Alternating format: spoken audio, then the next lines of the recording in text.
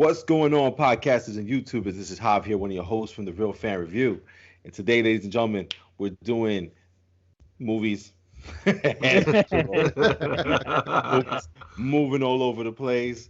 And in honor of, April 5th, I don't know if you guys know, April 5th was supposed to be the national championship for college basketball after the March Madness. Rub it in, Hav. Rub it in. Rub it in. Everybody's salt, everybody's wounds. Rub salt. So we're going to do our own brackets. We're going to do our blockbuster movies actors. We're going to do a top 64 and get it down to one. We got Rialdi on the freaking podcast today to help us. Woo! Guest star back in the building. Yeah. No more tiebreakers. This is the tiebreaker right there. That's the tiebreaker. That's my only role. I only get called in for tiebreakers. So before we get this going, man, let's let you know. Let's let you know who's here. We got my boy Sanj. Good evening, everybody. As always, it's a pleasure to be with you. We got my brother B. Dogashay. We got our man in the chair, Al. How's it going, everybody? And we got a contributor, our boy, man in Brooklyn, Ree.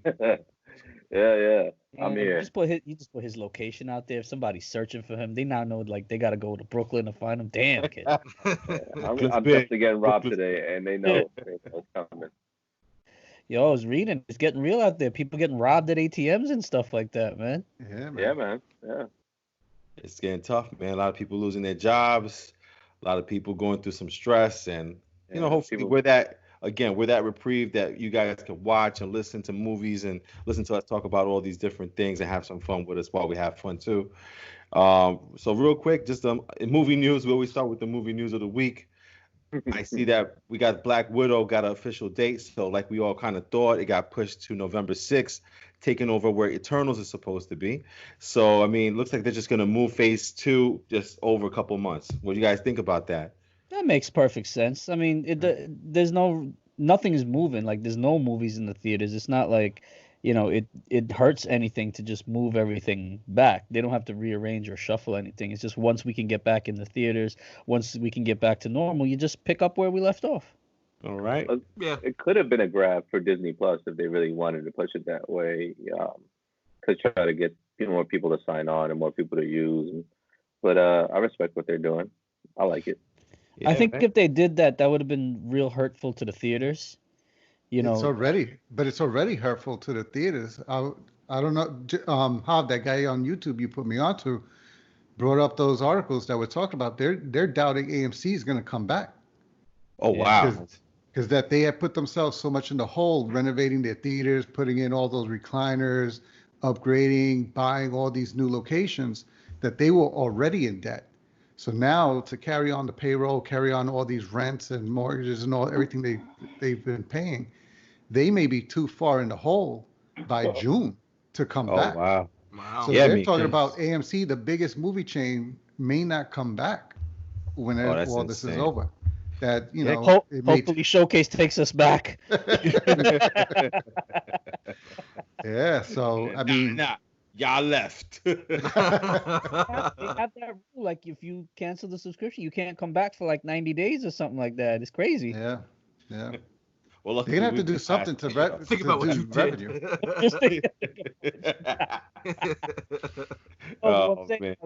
That's just in general, like from the economics of it for right now. But I'm saying if we reopened up, like everything reopens up, and then they don't have those movies, like the theaters that make it back, right? And we don't have those movies to put in the theaters for them to draw people back right away to I think that would have hurt them even. That would have been like a second blow, to it. So I think it's a good decision on Disney's part for just economically for our economy in general, so that once that's what director's cuts and extra content is for. Right.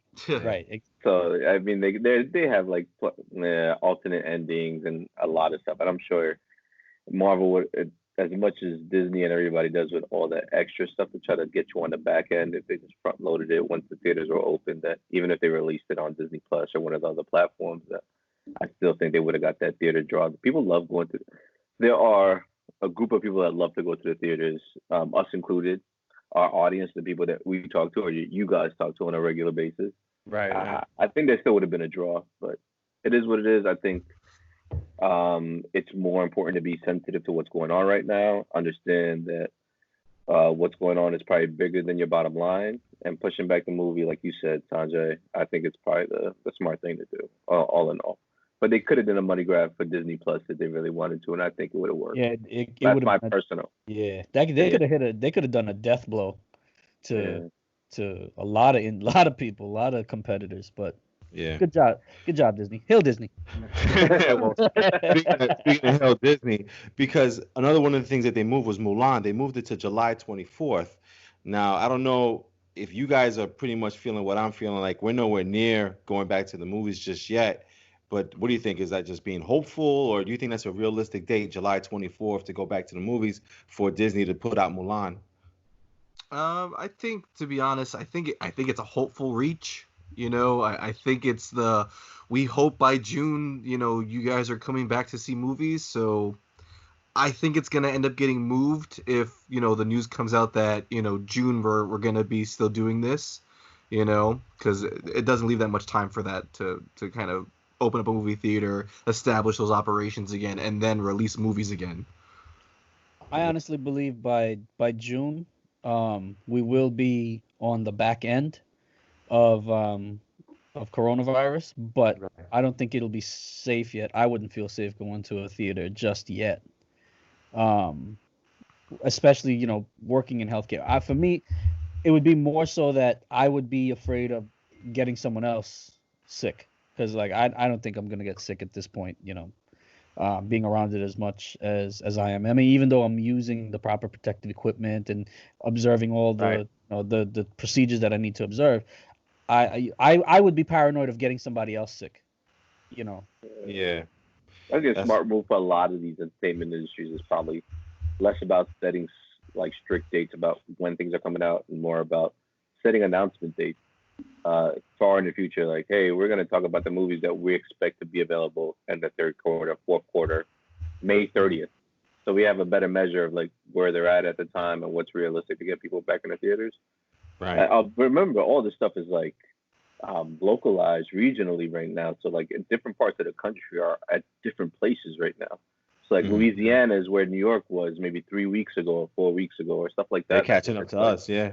Yeah, where it's like it's not even hitting everyone at the same time. So to announce a countrywide or a national release date, or worse, a global release date, I think it's hard to tie your hands to any of that stuff. I think it's safe to just stay quiet and like start scheduling like non-group wise, no gatherings like that, but just like announcements via like some type of telecommunication system. But that's my opinion.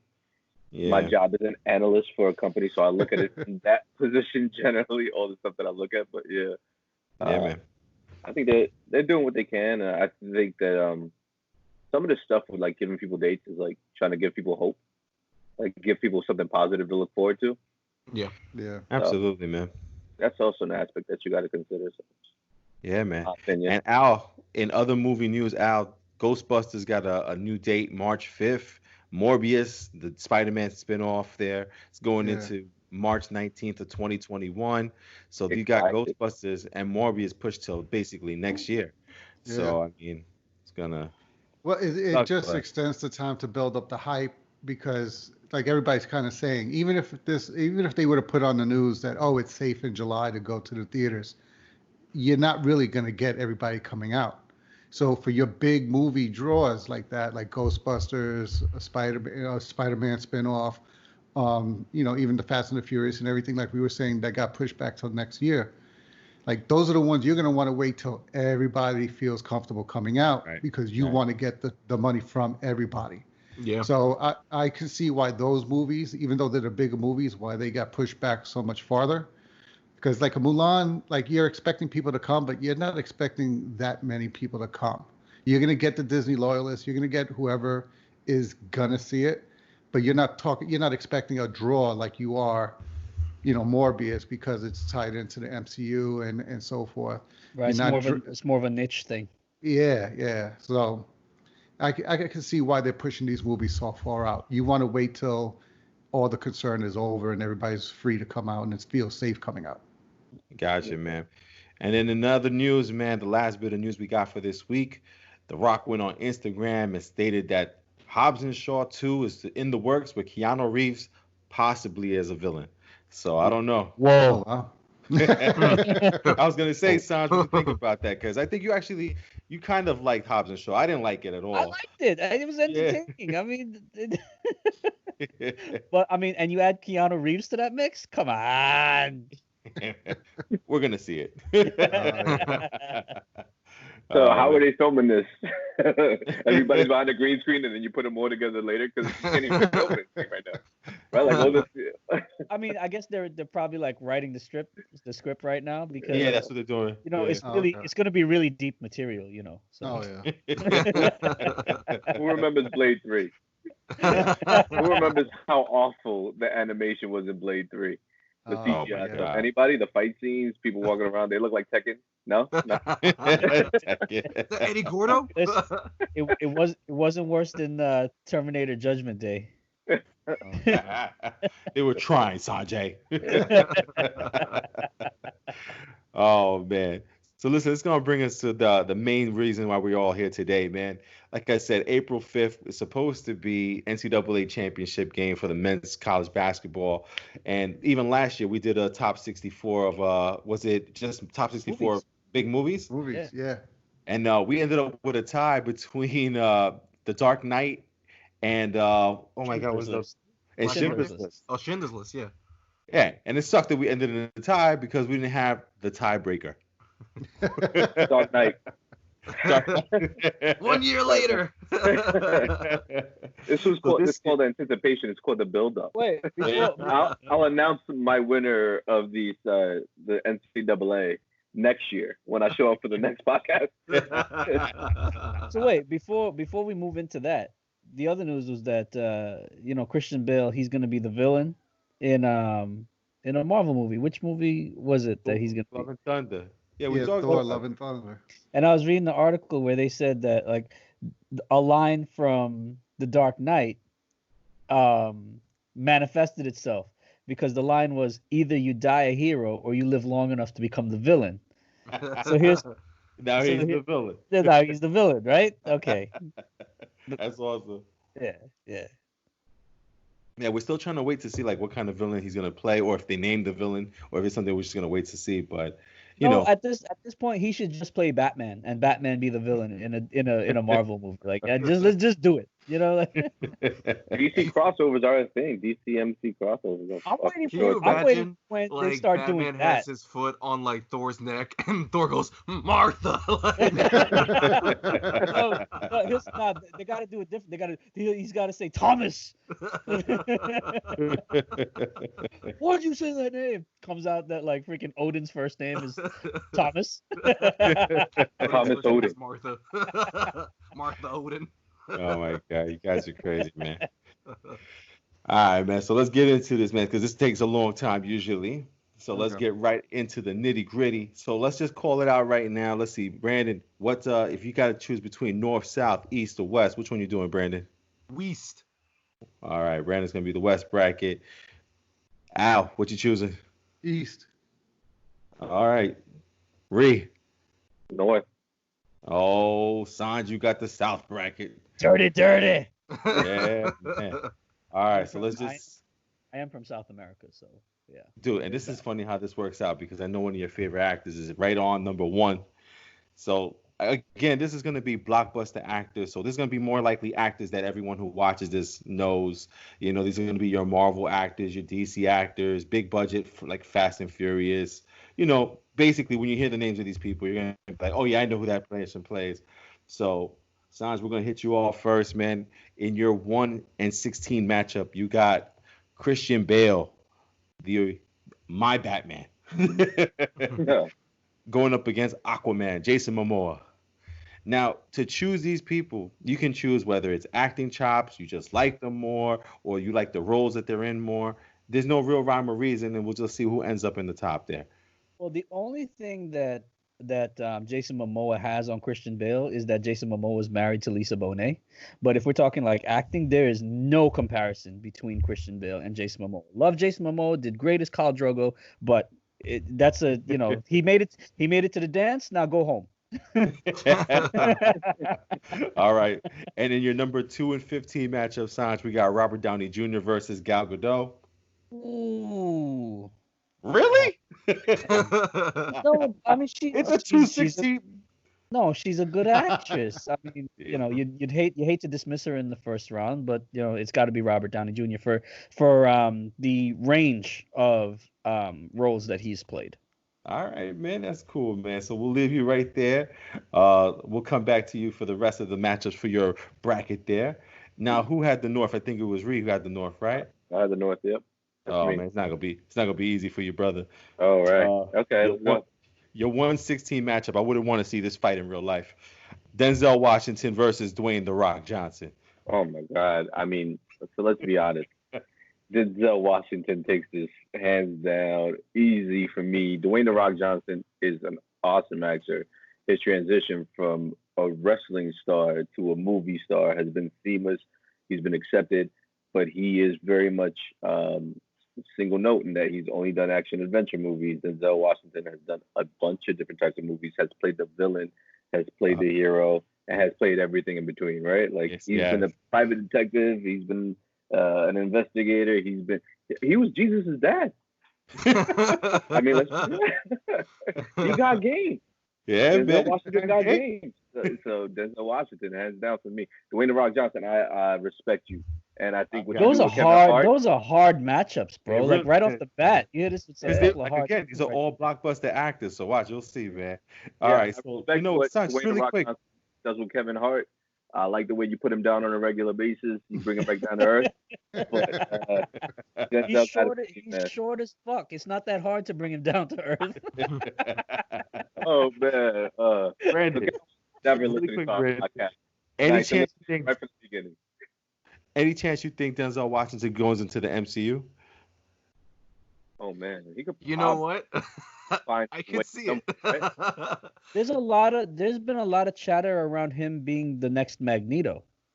Oh wow! I could see him in a prominent role for someone older. Like if we had like a Magneto, I can definitely see him taking on a role like that. I can't see him being like a hero, but I can see him being like a really prominent actor within this universe. That's crazy, man. I would love to see him in the MCU. Whether he's like the Beyonder. That'd be smart. Yeah. I like that.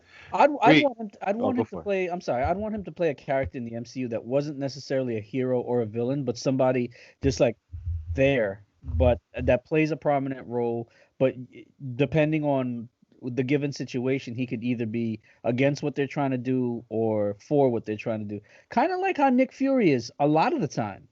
Yeah, man. Yeah. I hear you. All right, so Reed, man, your 2 and 15 matchup, man. We got Edward Norton, the original MCU Hulk, versus the new Cap, man, Anthony Mackie. Ooh. Oh man, so I like Anthony Mackie and I like Edward Norton a lot. So if we're doing MCU chops solely, Ed Norton was the best Hulk. That's not saying much. Understandably, that's not saying much. But he has been. So in my opinion, Mark Ruffalo did a really good Hulk. But as far as standalone movies, Ed Norton carries the torch on those standalone Hulk movies. I would say, my opinion. Anthony Mackie as the new Cap, he's good.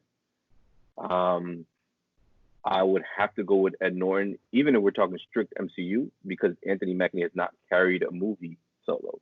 I think he's not there yet, but we're gonna give him a chance. We'll give him a chance. We'll give him a chance. But I mean, have you seen his work in like in Altered Carbon? And he's been in a few other things where he's incredible as an actor. Like, all right. So you can say all that you want, but Fight Club with Ed Norton, I mean, playing two separate personalities, one completely absent of the other one, and being able to play off that role and have it realistic, I think that's pretty impressive. If you're gonna just say anything that Norton's done, and Norton's done more work than Fight Club, but I mean that's a really notable one. I don't think Anthony Mackie has done anything better than Fight Club. Yeah, I got you. Okay. All right. We're gonna go towards the East. Yeah, well, that one alone, I'll take Ed Norton. That's my pick. No, wow, that's your pick, bro. I mean, I don't think Ed Norton played two characters in Fight Club. I mean, Brad Pitt played the other character, but when Ed Norton towards the end of the movie, the realization that he played both characters, then you saw the duality within the Ed Norton character of the Brad Pitt personality, and he actually capitalized on that when he went to go meet people. He had to act as Brad Pitt's version of himself in order to convince people. I feel like I don't want to give him credit for that because Brad Pitt gave him the blueprint for it, so he could just look at it and see like this is what I have to do. He didn't bring that to life. Brad Pitt brought that to life. Brad Pitt did not play the Ed Norton character in any part of the movie though. Fair. Okay. Yeah, that's a spectacular movie too, man. I haven't watched that in a while. It came on the other day, and that's one of those movies where you can't pass it. It was still incredible to watch. Especially at the ending with everything coming down. Yeah, Woo! yeah. Including the credit card balances. All right, Al, we're going to the East bracket, brother. All right. We got 1 versus 16. We got Jennifer Lawrence, and we're going against our boy Paul Rudd, man. Ooh. Oh wow. Okay. Yeah, it's tough. That's not that tough, but okay. No. Okay. No, I would have to say. I would have to say honestly, Rudd, man. I mean, Jennifer Lawrence she's a good actress, but she seems to always be playing the same person. Oh. I just saw an old movie. I mean, granted, it was an old Jennifer Aniston movie, but it made me realize how much Paul Rudd's range is. So I would have to go with Paul Rudd. Yeah. And that he hasn't aged. Yeah. I would have over Jennifer Lawrence. Yeah, I'd have to go Paul Rudd. Upset. Upset. The first upset of the night. Yeah, I gotta tell you, Paul Rudd to me seems like he's like Ryan Reynolds to me a lot, where it seems like he just plays himself. He's in everything Paul Rudd he does. Always. He's just Paul Rudd all the time. Ryan Reynolds. The many moods of Paul Rudd. Yeah. So I like Wonderlust, which is a great Paul Rudd movie. I don't know if you guys thought that was awesome. Obviously the MCU stuff. I mean, Paul Rudd's been in a bunch of stuff. Was it Role Models? 40-year-old version. So you think of Paul Rudd in 40-year-old version, think of him in Wonderlust, and think of him in Role Models, which are 3 distinct movies. And think of him as a superhero. Man, I love you, man. Yeah. Think of him as a superhero, and he's Paul Rudd. He's not Ant-Man. He's Paul Rudd. He's like, but see, that sometimes that's what I like about an actor is where you can put them into different characters of different situations and basic roles, and you still somehow see that person through it, even though it's totally different people. Yeah. You know, like I said, I completely forgot he was in this Jennifer Aniston movie where he played a gay guy, and I was like, oh shit, that was Paul Rudd, and like it just made me realize how much of a range that I didn't think he had. That he actually had. Yeah. So, Gotcha. Right. Yeah. It's your choice. Your bracket, whatever you want, man. That's wow. I didn't expect that one, but all right. Now, your 2 versus 15 matchup is Tom Cruise versus our Star Lord Chris Pratt. That's Tom Cruise. That I wouldn't even have to think on that one. It was gonna have to be a much bigger name to knock off Tom Cruise. Yeah. Yeah, I mean, not that against Chris Pratt, but he looks like he's got a future with him, you know. But not when you already have to go against the history of Tom Cruise. You know, funny enough, other than Top Gun, my favorite Tom Cruise movie is Vanilla Sky. Oh yeah, definitely. Dramatically, I think that's his best work. Oh wow.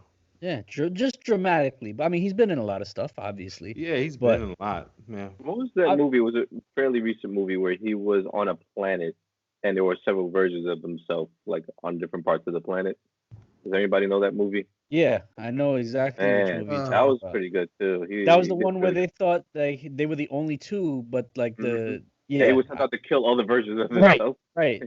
Like, wow, I never even heard of that. Yeah, he was. Like, they kept cloning him and like this other girl, this other woman. Sorry. And oh man, Equilibrium? I can't remember. No. It might be Equilibrium. You know. Oblivion. Yes, that's it. Yeah. Oh wow. That's why we have Al here. Man in the chair. Bro, that movie was great because the twist, like when you saw it was like the We're ruining alien. it for everyone. Spoiler alert. I mean, Spoiler alert, after we if the told movie's you. more than there's 5 years multiple old. topics. No, seriously, if the movie's more than 5 years old, like, come on. All right, fair. You know, Shit, had- we're gonna watch that tomorrow. All right, man. So, Brandon, man, we're going to your West bracket, Brandon. Okay. Your 1-16 matchup. This is gonna be funny. Tom Hanks versus Vin Diesel. I'm not a smart man, but Family. I'm going Tom Hanks. I figured Sorry, that. Vin. So I watched Okay. Bloodshot the other day, and it was like, like seeing Vin Diesel outside of a Fast and Furious movie is still watching the same guy, but not in a good way. Like, Yeah. it's like, you tried. he's one of those people that he's just the same guy every single time. Like, It's just you not got- better. like I thought. I mean, from last week's conversation, I thought our assignment for the week was to watch Bloodshot. So I watched Bloodshot with him in it. He's playing Dominic Toretto. Playing Vin With Diesel. special abilities. He gets Ain't disqualified that for this special? contest It ain't that special. simply for the drunken love rendition that he did of him singing the surfboard. Has anybody seen this video? If people have not seen this video, please, on the podcast, just Google Vin Diesel drunken love, and then watch him as he tries to recite Beyonce's verse and not Jay-Z's verse on that song. It's pretty entertaining. Oh my God. All right, let's get to the next one, man. Brandon, this one, speaking of somebody who plays the same character all the time, Oh God. we got not this person, but the person he's versing. We got Will Smith versus Ryan Reynolds. Oh, come on. I can't lie. I gotta go Will Smith. I love Ryan Reynolds in Deadpool, and I've always had an appreciation for Ryan Reynolds, but I didn't really care much for Ryan Reynolds until he was Deadpool. I've always loved Will Smith, no matter how shitty the movie. He's so cute though. You know how bad Ryan Reynolds is always Ryan Reynolds? In Ted, he plays no, what was the movie where he plays Pikachu, Detective Pikachu. I'm thinking of furry animal. Uh-huh. And he's still Ryan Reynolds. Yeah. He's Pokemon. And he's Ryan Reynolds Pokemon. But I'm no, like, but it works perfectly. It No, worked it perfectly works in for him. Detective It works for Pikachu. You know what? They cast him in the right movies. Like, they don't use him like in the wrong movies. I don't know. Like this, they write a movie. They're like, you know what? This is for Ryan Reynolds. We need Ryan Reynolds for this role. But if it was Danny DeVito as Pikachu, Thunderbolt. Let's get a cup of coffee. It's my son. Brandon, man. If they were gonna do that, they gotta cast Raichu as Arnold Schwarzenegger and then play off the twins. Pokemon people know what I'm doing. What I'm saying. Yeah. Oh my God. All right, man. Let's keep this moving, man. We got on the 5 versus 12 for Brandon. Jake Gyllenhaal versus Henry Cavill. So we got Mysterio versus Superman. That's tough. I love me some Henry Cavill, but I'll give it to Jake Gyllenhaal. He's very diverse, and his range is incredible. Yeah, he once played the Prince of Persia. Can we not? Can we not? How diverse can you get? See, y'all want me not to rant, but then you're gonna go That's and why bring we're up, saying it. and then you're gonna go and bring up stuff like that. So instead of ranting, I'm going to just deflect and say I would have given it to Jake Gyllenhaal because he got to like roll around naked with a naked Anne Hathaway. I'm just saying that's like awesome right there. What movie was that? And other drugs. Oh, okay. Awesome. Even Sex- his work sexy in, was it Nightcrawler? That was incredible. Crawler was crazy. Yeah. Nightcrawler. Yeah. All right, Brandon. Your 6-11 matchup is Natalie Portman versus Chadwick Boseman. Your Black Panther. Ooh. Wakanda forever. Yes. Yes. I haven't seen Chadwick Boseman outside of Black Panther yet. 21 Bridges. Yeah. I have to see. You taking the Black Swan? I don't think so. Because I think Natalie Portman, I think she's a great actress. But I feel like she always finds herself in roles that really don't support her, and she's just kind of there, not as a prop, but just there to fulfill the story. I would say that in Thor, yeah, but in other Like, movies, she holds like her own, man. Thor, but like even like when you think about like Star Wars Episode 1 through 3, other than her just being named Princess Amidala or or Senator Amidala, did she really serve a purpose other than having Anakin's kids? That was a big deal, bro. Yeah, but like that's all she did. So like I feel like she's always. But being she also used told to... Anakin how he was breaking her heart. Eddie, that's all 2 minutes of the movie, guys. There's 3 of them. I'll go with Chadwick because I think he has great potential as an actor. Whereas her use thus far, I think Black Swan was a great movie for her, but I think it was the only one that was really great for her. Wow. You didn't like her in V for Vendetta? Come on. V for Vendetta, The Professional? I I thought mean, she was very young in The Professional, but Yeah. I don't recall The Professional, but for V Vendetta, I thought she did great, but I feel like the movie once again was about her like evolution, but more about V. So yeah. I feel it was more about, the guy behind the mask more so than her evolution. Yeah, man. All right, man. Al, we're going back to you on the East bracket there. So your 5 versus 12 matchup, man, is not an easy one, brother. Bradley Cooper versus Keanu Reeves. oh. Wow. Yeah. No, it's tough because it goes back to what we've been saying for a couple of these people. Keanu Reeves, you always see him back as Keanu Reeves. Yeah. Like we make the joke of whoa. Like he literally does say that in almost every movie he's in. Whereas Bradley Cooper, he's shown range. I mean, Star is Born is crazy, man. Yeah, good. yeah. His That was performance fantastic. in that was incredible. Yeah. I mean, I was watching like pieces of Jackson it. My wife- Maine. The Words. He's been in a couple of good, strong movies. That if you were to put Keanu in, I don't know if Keanu could have carried it. You don't think Keanu could be the bully in what was that movie? The Wedding Crashers? Wedding Crashers. No, I don't think Keanu could pull that off. Keanu's such a nice guy. You never believe him like bullying anybody. You never believe it. Never. I'd have to. I don't want to say it, but I'd have to go Bradley Cooper. That's rough. That's hard. I know. Yeah. I'm glad I Yeah. make that decision. I'm Yeah, glad. I'd have to go Bradley Cooper on that one.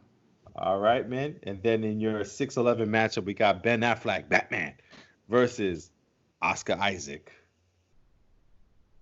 I'm a fan. Oscar Isaac versus who again? Ben Affleck. Why much? Oh, Ben Affleck. Man, Batman. DCEU. Yeah, no, Oscar. I would go Oscar Isaac. Who the fuck, Ben Affleck? Is that Maybe Daredevil? that's why I just forgot. Yeah. Oscar Isaac. In just Yeah. a few movies I've seen him in, he's like clearly outdone. Ben Better than Affleck. Spanglish? No. Yeah. Oh my God. All right, Saj, man. Your 5-12 matchup. Gary Oldman, our Commissioner Gordon, versus Michael Pena. Oh, come on. I know. Daddy, I saved you with the invisible cape. Come on. So if you didn't cry and crash at that point, you don't have a heart. No. That was. If anyone's Well, I seen think, Narcos Mexico season 1, holy shit, Michael Pena. I gotta give it to Michael Pena because of the range of roles that he's played. Wow. I can't give it to Gary Oldman. Luis? You gave it to Luis? I gave it to Luis. He's the only thing that was missing from Avengers Endgame. Yeah. No, because there's some of these great actors. And there's an Indian actor. His name is Om Puri. He died, I think, last year or the year before or whatever. But like they never got to be like really huge blockbuster names or like leading men or but they were in so much, and like when you go back and look at their roles, like they just brought so much depth to the role and like added so much to the movies that they were in.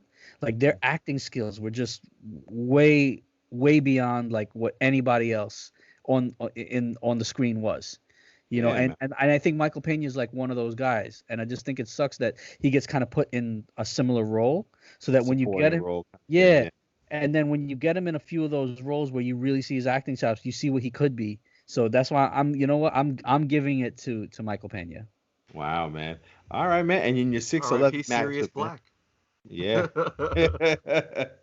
Your 6'11" matchup is Ewan McGregor versus Zoe Saldana. Black Mask Ewan McGregor versus Zoe Saldana. Uhura. That's the.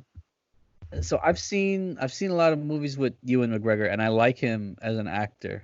That's a really tough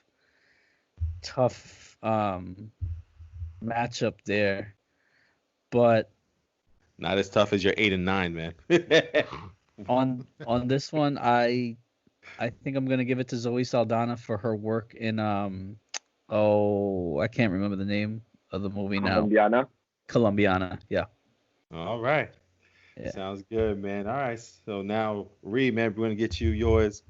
Your 5-12 matchup is Woody Harrelson versus Tom Hiddleston. Man, Future Carnage. yeah. I'm gonna give it with Woody Harrelson.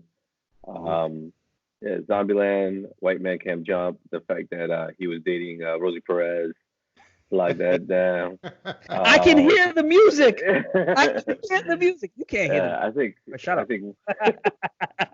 I think Woody Harrelson is his range is incredible. He's super underrated. I mean, you think about Woody Harrelson in Cheers, which nobody even talks about, right? The television show. Man. That's where he came from, at Cheers. He played a complete idiot, and when you are typecast as someone who's like that type of person, and then to move on to what he's done afterwards, I think you got to give it to him. Cheers, he's playing himself. I think Hiddleston has like a long career ahead of him. He'll have some time, but you'll give it to Woody Harrelson right now, just strictly on range. Body of work. Yeah, body of work. Yeah. He's got what, like 30-something years in the game? Yeah. I got to say, since I was so Cheers came out before I was even watching late night television, so early '80s to 2020, like what's it cost to be 40 years? So he's got almost 40 years in the game. Yeah. He still looks good. Crazy. Yeah, man. And he hooked up with in Zombieland too. I mean, we're gonna take it. You're gonna give it to Tom Cruise for who he's taken down. He hooked up with God, what's her name? Oh man, Zombieland 2. Anybody see it but me? What? Yeah, I missed that one. Wait, he took her down in the movie, or like he took her down? Rosario Dawson. Is it Rosario? Oh yeah, you get it. That's why I'm mad that Cory Booker is taking it. I'm not a fan. But anyway, Woody Harrelson with two red-blooded hot Latinas. You got it. He gets a nod. I mean, he being a Latino man knows how tough that can be. Woody Harrelson. All right. All right, man. Your 6'11" matchup, man. We got a oldie, man. Anthony Hopkins versus Claw, Andy Serkis. Oh, okay. All right. Anthony Hopkins takes it, right? Fava beans, right? You gotta give it to the man who drinks the Chianti with the fava beans and eats your liver. No, he was eating brains, kid. Like he was eating brains. I thought it was liver. I'll have your liver with some fava beans and a fine Chianti. Oh yeah, but then later in the movie, he ate Ray Liotta's brains. Yeah. I mean, he's about that life. He's about God, man. So I like how he brought Hannibal Lecter to life. Yeah. And Anthony Hopkins, he plays good characters as well, but he does those menacing characters so well. Oh my God. Yeah, it's one of those guys who've been acting for a very long time. Is I think very selective what he chooses to do, because you don't see him that often. You would think that his body of work, as far as I'm aware, is not as vast as maybe at least in the last 30 years, as I would think. But when you see him, you know he's going to be good. So It's never a question of Anthony Hopkins going to be good in this film. I mean, they got him in a whole season of Westworld, and his work in every episode was awesome. For sure was. Mm-hmm. Yes, it was. No, that whole first season, you thought he was a villain, and then in the last episode, you see he was the hero. Mm-hmm. It was crazy, Yeah. But whatever. All right, man. And then in your 3 and 14 matchup, we got Michael B. Jordan versus Elizabeth Olsen. Oh Ooh, man. Uh, so you got was it Fruitvale Station? You got Creed, and Yes. then you got I'm sorry, you got Michael B. Jordan right now. I mean, he was the one decent character in that Fantastic Four movie. Not that that Fantastic Four movie was terrible all around, but I give it to Michael B. Jordan. I think that Man. even so, we know that Rocky's an awesome. Rocky is the franchise is great. Very tough to bring somebody into that franchise, and those characters that you play there are monolithic. They have like kind of one Right. view. They don't really there's no real depth to those there's no real characters. depth development, but to have that to be able to draw you in and create an attachment with the lack of character development, I think like he was able to pull that off pretty well, and I think that's a testament to his acting ability. So I'll give it to Michael B. Jordan. Now, All right. I want to hear you guys' opinion. Creed 2, like how Rialdi was saying, like in the Rocky franchise, how those characters really didn't have depth and they're kind of monolithic.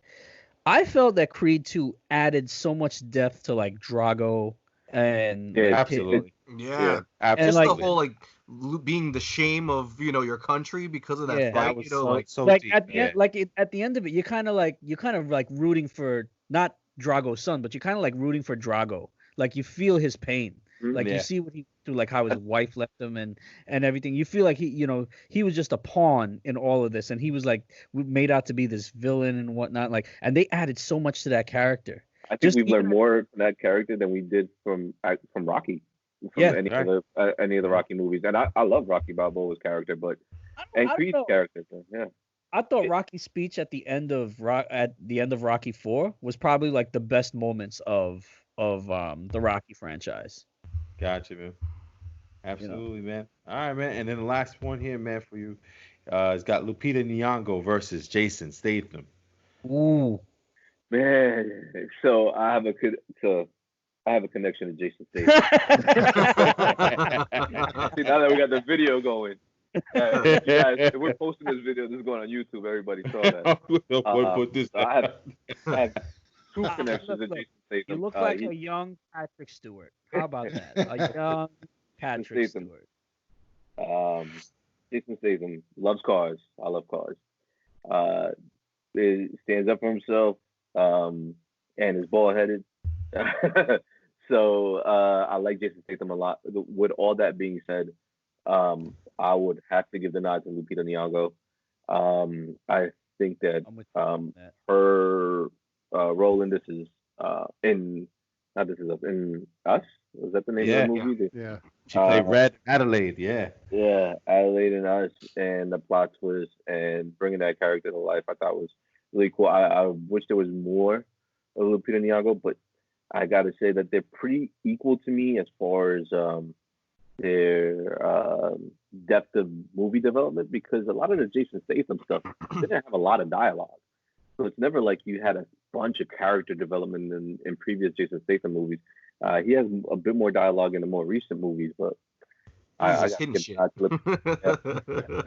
I got to give it to Lupita Nyong'o, strictly for what we've seen so far and her promising future. And if I had to choose a movie to get produced next year, let's say, it would be a Lupita Nyong'o movie over a Jason Statham movie. All right, man. Sounds That's it. good, man. All right, Sanj, man, you're up, man. You're at your 3 and 14 spot. We got the lovely Jessica Chastain going up against our new Spider-Man, Tom Holland, brother. Jessica I didn't like that one. Jessica Chastain. Yeah. Just, I mean, body of work. Just straight on body of work. All right. Chastain it is. And then your 4-13 matchup, we got Matt Damon going up against Thor. Matt Chris Damon. Hemsworth. That's crazy that like you're putting it's counterintuitive because like he's been in Chris Hemsworth, he's been in lots of stuff that I love, Marvel, Star Trek and everything, but I can't give it to him. I can't. wow. No, can't do it. Matt Matt's Damon. getting it. Matt Damon's his roles that he's played, like Jason Bourne, and what do you call it in what do you call? Oh, why am I blanking on the name of the character in when he played opposite Think about Ford v Ferrari, or what do you think, kid? like Ford versus Ferrari was good, but when it was him and anyway, I'll come back to it. But Matt Damon. Yeah. Matt Damon it is, Brad. All right, so we got yours, and we're gonna get over to let's see here. Now who the East bracket was Al, right? Yep. All right, Al, man. So your 4-13 matchup is James McAvoy versus Tessa Thompson, the Valkyrie. James McAvoy. Oof. Yeah. Tessa Thompson. That's rough. Joker. Tessa Thompson's done a lot of good work. Yeah. I'm watching her right now in the last 2 seasons of Westworld. She's been doing real good. I mean, in a couple of the movies I've seen her in, she was good. But it's going to be funny, but Split is going to make me have to go with James McAvoy. Yeah, I hear you. If you see to see all, I mean, in one movie he plays like 5-6 characters, and he plays them convincingly. So yeah, I'd have to. I mean, it wasn't that movie. I don't think took a lot of credit and a lot of acclaim, but just watching his performance in that movie, as well as watching his performance in other movies, I'd have to go with James McAvoy. Right. Wasn't the craziest thing about Split was you could physically see the difference. Yeah, that's what I'm saying. Like, even when he dressed up and he was playing like the matriarch character, I forgot what her name was, but in the movie, he came off like, I think even in one of the scenes they show him from behind and you thought it was a female until he turned around. It's insane. So, it's crazy. He did a good job in that movie. All right, man. Your 3-14 matchup, man. It's freaking the voice of God, brother. Morgan Freeman. Wait a minute. Versus Cable and Thanos. Josh Brolin. Morgan Freeman. Josh, I mean, nothing against Josh Brolin, but he's never really impressed me in any of his movies. You know, like he's not in Morgan Freeman's league. I've never been excited to see Josh Brolin, really. Yeah. But I have always been excited to see Morgan Freeman narrate something in every movie. He carries the scene in almost every movie he's in, like Kiss the Girls, Seven. Seven. Oh, it's the box. Yeah, that's what I'm saying. Like, it's definitely whatever he can not to let him see the box. That's not even, to me, it's not even a close challenge. All right. No problem, man. And then Brandon, man, we're gonna head you off with the West bracket here. Before you move on to Brandon, the movie I was talking about with Matt Damon, Good Will Hunting, it just came back to me. That's with Robin Williams, Yeah, with Robin Williams. Yeah. Sorry. No, that's all good, brother. Your 3-14 matchup, Brandon, is Robert De Niro versus it's gonna break your heart, Brandon. Captain America, Chris Evans.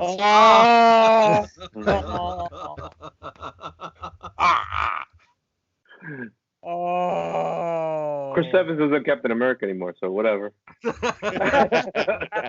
Over it. Just think together. That's who.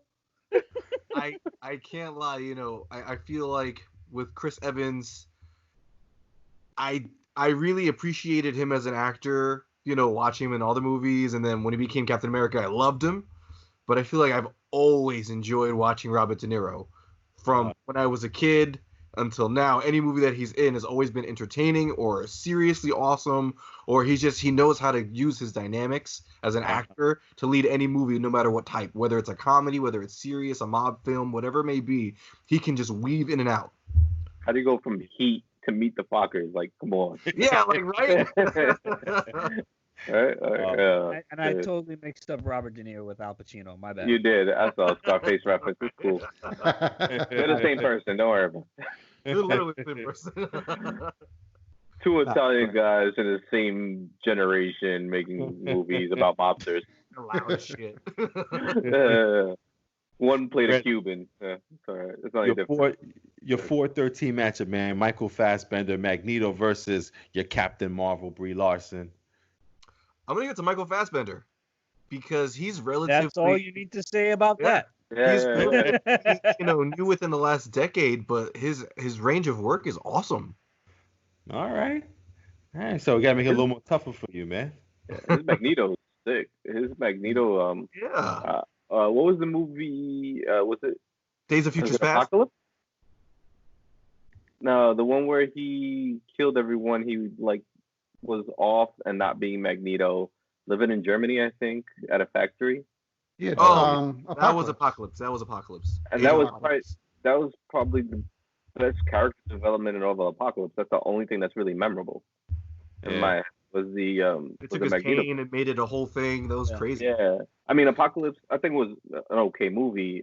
But Magneto's particular story and his delivery of Magneto's story, I thought was the best part of Apocalypse. And those types of things always stand out to me when you have an okay movie, but those parts always stand out. I mean, he's a really the memorable scene. I feel like even though they had Ian McKellen playing the older Magneto, Ian, they didn't use Ian McKellen very well at all. He played a good Magneto or whatever, but the real meat of the Magneto character, Michael Fassbender, got all of that. Of that story. Agreed. Especially in the last one. Yeah. The one thing I remember from the podcast we did about the last movie of the X-Men there was when he was trying to stop Jean Grey from destroying the helicopter. The helicopter, and we were like, dude, I believed him. Yeah, he was really fucking holding the helicopter. All right, Brandon. So now we're going to make it a little bit harder, man. These matches up a little bit more closer here. So your 7-10 matchup is Don Cheadle versus Paul Bettany, Vision versus War Machine. I mean, Paul Bettany, I think he's awesome, but I got to give the Don Cheadle. Yeah. I think Don Cheadle's just always entertaining, no matter what movie he's in. I don't think he's ever played a bad role. No. Yeah. I got one question for you, Brandon. Uh-huh. Who you want to see as War Machine, Don Cheadle, or who's the original? Mark Cuban Jr. No. Cuban Jr. The guy from Empire. Oh no! Oh my God! Why am I blanking on his name? I'm blanking on everything tonight. Terrence Howard. Hey man, what's going on with Captain America, man? Hey Tony, when you gonna give me one of them suits, man? You know what's funny was when they got announced that he got fired from Iron Man, I was like, oh man, Don Cheadle's all right, it'll be something. But then Don Cheadle came in all right, Don Cheadle. Don Cheadle wins that just on Hotel Rwanda. Hotel Rwanda was crazy. If that was the only thing he ever did, just live references. Have you ever seen it? The guy is hilarious. Yeah, for such a serious actor, it's really good. Comedy and other stuff. All right, Brandon. So your 8-9 matchup, Brandon. Scarlett Johansson versus Michael Keaton. Crucible Lip Batman. Honestly, I love Michael Keaton. Michael Keaton, can't speak. I mean, shit, I'm the one that's been drinking. Birdman, Birdman was awesome for him, and just watching his evolution from Batman up. I mean, I didn't see anything beyond Batman from him, to be honest with you. He was a little older than me, but seeing his roles from Batman up, he's awesome. Mr. Mom. Yeah. Multiplicity. Yeah. That was good. Yeah. That's the first mutant movie. All right, Al, we're coming back to you, man. Your 8-9 matchup, man, is Cate Blanchett, Hela versus the original Ant-Man, Michael Douglas. Oh, wow. I'd have to go Cate Blanchett. Yeah. Agreed. Oh, yeah. All right. I feel like I don't always enjoy Michael Douglas. I do.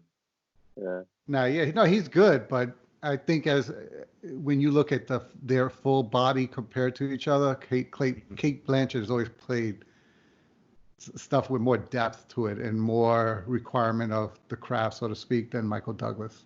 What was he doing? In the stockbroker, it was Gecko. Yeah. Yeah. Greed is good. Yeah. Michael Douglas is solid too, though. But yeah. Yeah, no. But when you compare the two of them, yeah. I thought Kate Blanchett was really good in Benjamin Button as well. Yeah, she killed it in that one too. Yeah. All right, Al, your 7-10 matchup is our new Mark Ruffalo Hulk versus Idris Elba. I would have to go. I'm only pausing because I'm trying to remember anything that Mark Ruffalo's been in. 13 going on 30.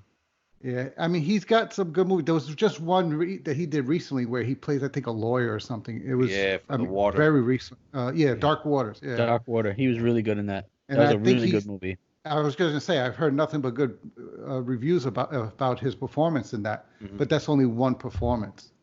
And I'm sure he's got other good ones, but when I look at the history of Idris Elba's performances, he's always done good. Like I've seen like a bunch of Mark Ruffalo stuff. He does a lot of indie stuff, and he's really good in that stuff. Yeah. He always plays like some kind of like an investigative detective kind of thing. Not always. Yeah. I'd have to go Idris Elba in that one. All right. Cool. Have you seen Idris Elba in The Office, the television series? No. Oh, you gotta. He was in The Office? He was in The Office. He was took over temporarily when Michael Scott started the Michael Scott Paper Company and left the company. Oh, my God. and then Idris Elba was like temporarily running The Office, and he is hilarious. Oh wow.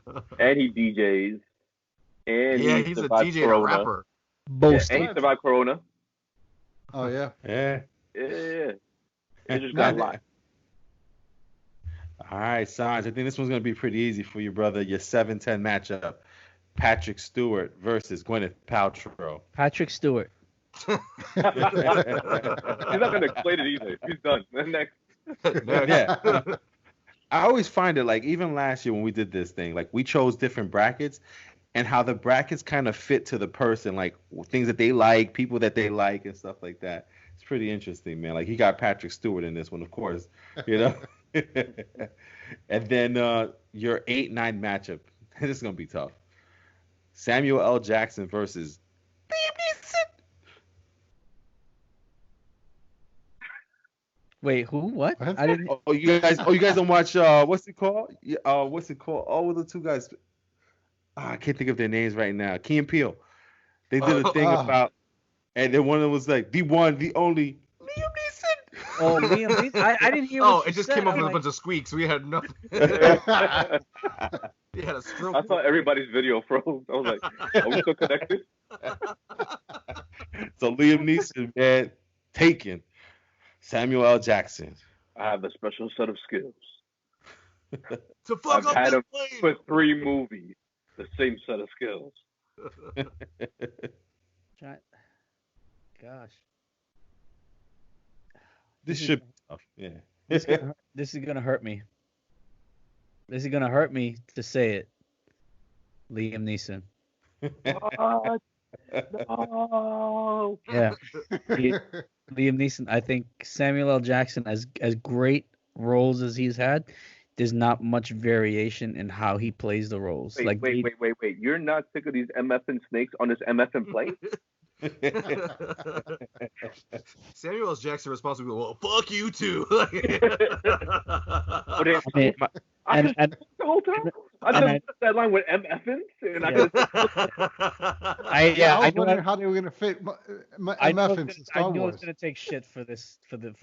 Good job, Hav. Good job. A ton of shit for this right now. Wait, he was in Do the Right Thing, right? Samuel Jackson. He paid a crackhead. He paid Halle Berry's man. Yeah, but no range. No, but he was just playing.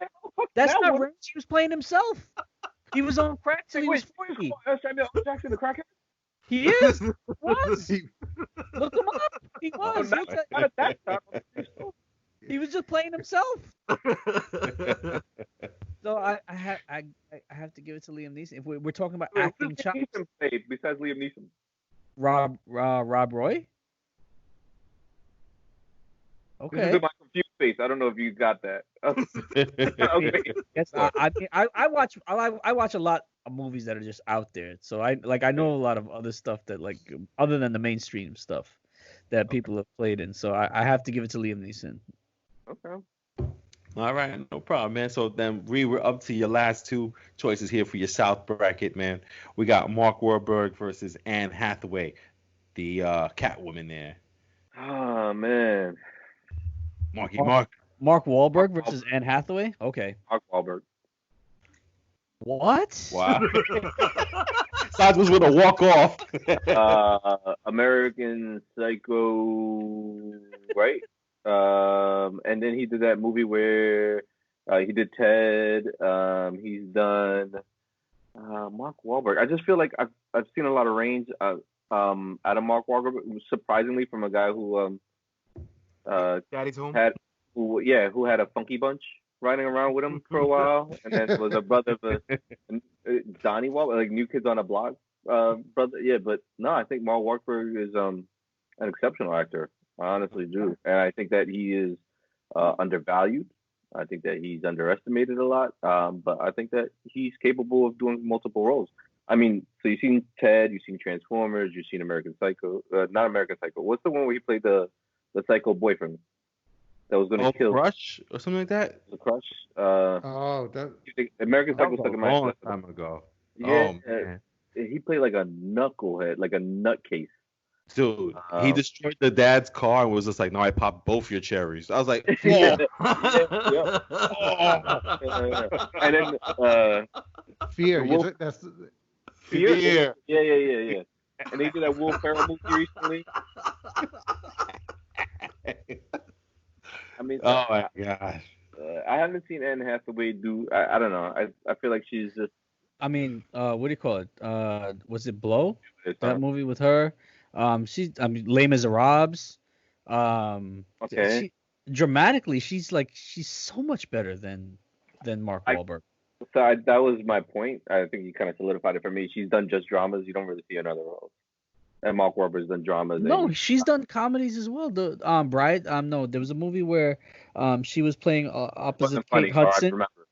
No, she was playing opposite Kate Hudson, where they were both getting married on the same day or something like that. They were best friends and whatnot. Nobody knows what you're talking about. The Princess Bride from Disney. Like, oh my God! Like, she's been in so much more. No one knows. Everyone knows. Like, oh man. Video frozen. I also have a huge crush on Anne Hathaway. Okay, fair. Huge crush on Anne Hathaway. Nah, I'm not. Anne Hathaway's not my type. But all right, man. She's not my type either, and I don't understand my crush on her. That's the thing. Like, I don't get it. I don't understand why.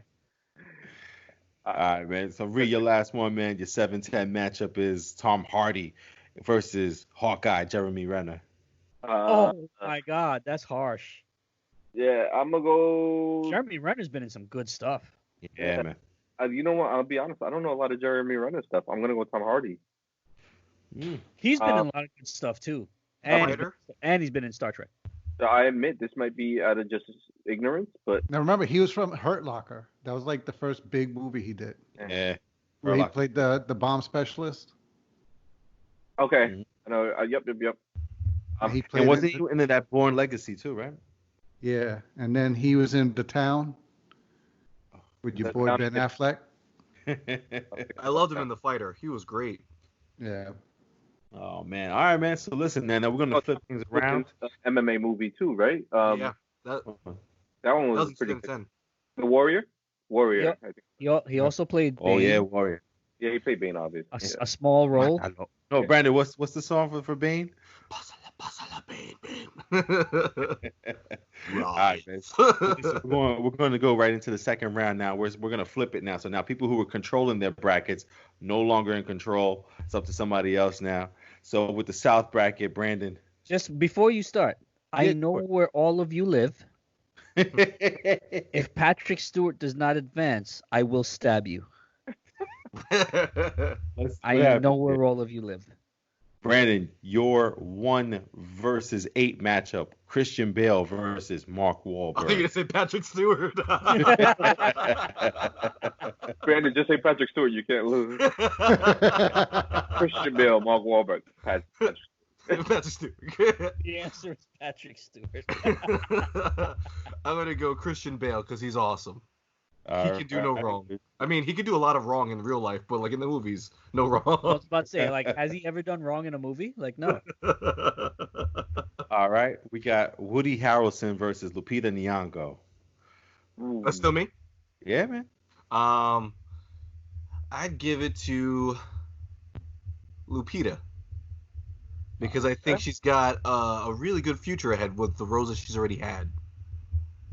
All right, you got Anthony Hopkins versus Michael B. Jordan. Anthony Hopkins. Oh, you hurt me. Oh yeah, come on, that's the easy one. No, it's not for me. See, Lupita and Woody was hard for me. I was yeah, like, Woody was harder than Anthony Hopkins and Michael B. Jordan. Come on. Yeah, Lupita hasn't hit her height yet. She's still building. Yeah. And Woody has been there, done that. I gotta judge it from two different perspectives. That was tough, but I respect you, B. All right, B. And your last one for the second round here, we got Tom Hardy versus Robert Downey Jr. Oh, Robert Downey Jr.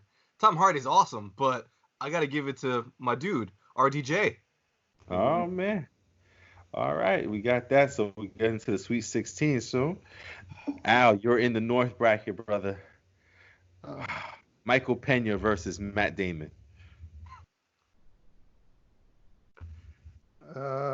He's going to kill him off like he always is. No. I was going to say, I would do Matt Damon. Oh, Michael Pena's dead again. Just like in all his movies. And this is where his run comes to an end. Yeah.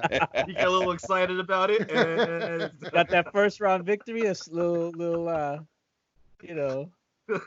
Oh my God, this is like gonna the be same thing in Narcos too. He goes the whole season of Narcos alive, makes it to the last episode dead. Like Spoiler alert. Yeah, that was on my cue. That was like 4 years ago. Zoe Saldana versus Jessica Chastain. Oh, that's tough for me because I like them both. I'd have to. Yeah. It's tough because when they're both on the screen, like they take control of the screen. It Chapter 2. Yeah. I mean, Molly's game. 30. Jessica Chastain with Molly's I thought girl. in Chapter 2, like Jessica Chastain was more of an accessory. Just. Yeah, in the second one, yeah. Man. I don't know. This one, it's a lot tougher than I thought when you first were saying the names. But as I start, yeah. Oof. You want to come back to it? No. I don't want to hold it up for this. Just try to find like one movie or one role that sets either one apart, and that's what I've been doing with. I'd have to say Jessica Chastain. It's hard, but I have to just because of Molly's game, and Molly's game. What was the one she had out before that? She had Zero Dark 30, Molly's game. An Arrival. Arrival. No, but it was the one before Miss Sloane. So like just like I'd have to go with Jessica Chastain. I mean, it's tough. It's not like it's like where you go to the photo finish and you have to see who won. It's that close for me. Yeah, Somebody had to win. Yeah. How about Patrick Stewart versus Edward Norton?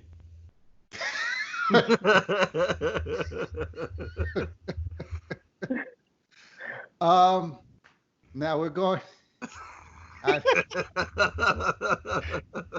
Sandra's not frozen. His eyes are frozen. Oh man, I'd have to say American History X. Yeah, I'd have to say Edward Norton. Fuck you, Al.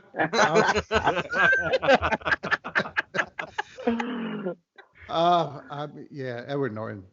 All right. I like Patrick Stewart. I'm a big Star Trek fan. Not as much as Sanjay, but I'm a big Star Trek fan as well. But I'd have to go with Ed Norton. Down with the ship. This is a tough. I was just kidding, Al. Like, well, I was just kidding. So we got Denzel Washington versus Liam Neeson. Can you get this one right at least? Wait, who's this for? You. Oh, this is me? Oh, Denzel. Okay. Thank you. All right, man. Denzel Washington makes it to the Sweet 16 there. All right. So let's get Sanj. Paul Rudd versus Kate Blanchett. Wait, so which bracket is this? This is the East bracket you're taking over. Who was East previously? Me. Good. Fuck up your bracket too. Paul Rudd versus Kate Blanchett. That's Kate Blanchett. Come on, let's move on. Next. All right, so we got the Kate Blanchett going on to the next round. Bradley Cooper versus James McAvoy. Woo! James McAvoy, Last King of Scotland. Yeah. That's what said. Yeah, yeah. I think I agree with Al though. Split, man. He acted his ass off on that one. Well, yeah, no, I don't disagree, but yeah. I'm glad you got this one just for the voice. Oscar Isaac versus Morgan Freeman. Morgan Freeman. Yeah. I mean, you can't deny God. I mean, God is a black guy. Come on, yes. And Idris Elba versus Tom Cruise. Ooh, this is where Idris's run comes to an end. Tom Cruise, body of work. Yeah. Tom Cruise, man. All right. That's hard. That's hard for me to say though. Like I love Idris. Let's see what reality does with this over here at the West. All right. You got Tom Hanks versus Michael Keaton.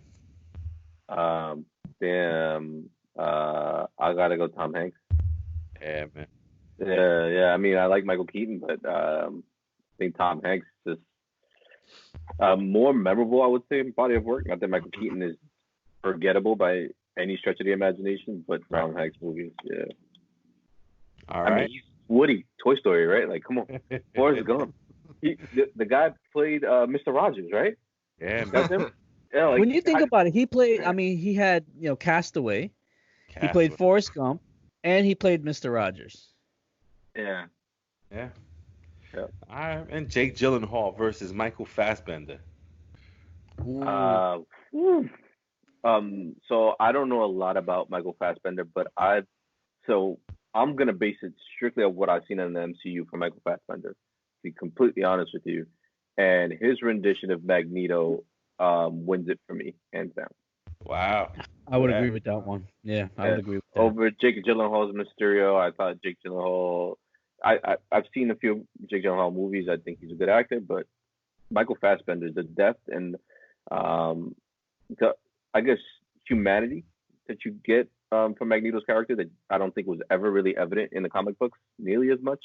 I think they try to play off the duality that like Malcolm X versus Martin Luther King type of thing with X and Professor X and Magneto, but I don't think you ever really understood Magneto's perspective until I saw Michael Fassbender in the MCU movies, which is saying a lot for the written word on the books versus what you can get across in the screen. All right, man. Not bad, man. And then you got Chadwick Boseman versus Robert De Niro. Oh, man. Chadwick, I like you a lot. Robert De Niro easily. I don't have to explain it. I think. Sorry, Chadwick. I will say, though, that Chadwick Boseman's work in 21 Bridges can rival Robert Downey Jr.'s work in anything else. Good thing he's going up against Robert De Niro, then. Oh, no. Oh, shit. All right, sorry. He's crazy, man. All right, man. And then your last one, Ree, is going to be Will Smith versus Don Cheadle. Ooh. Oh, man. Yeah. Oh, and I like Will Smith, and Don Cheadle's going to kick his ass. Don Cheadle wins. Really? That's very interesting. So I like Will Smith. I like what he did in I Am Legend. I like what he did in Gemini Man even. I like what he's done in Bad Boys. I like what he's done in a lot of movies. But I think that I give it to Don Cheadle for versatility, for his drama acting. What was he had a movie with Adam Sandler. That was one of Adam Sandler's few very serious roles. I can't remember the movie off the top of my head. Adam Sandler lives in Manhattan. He lives by himself. He's kind of like a recluse, and Don Cheadle's like his friend.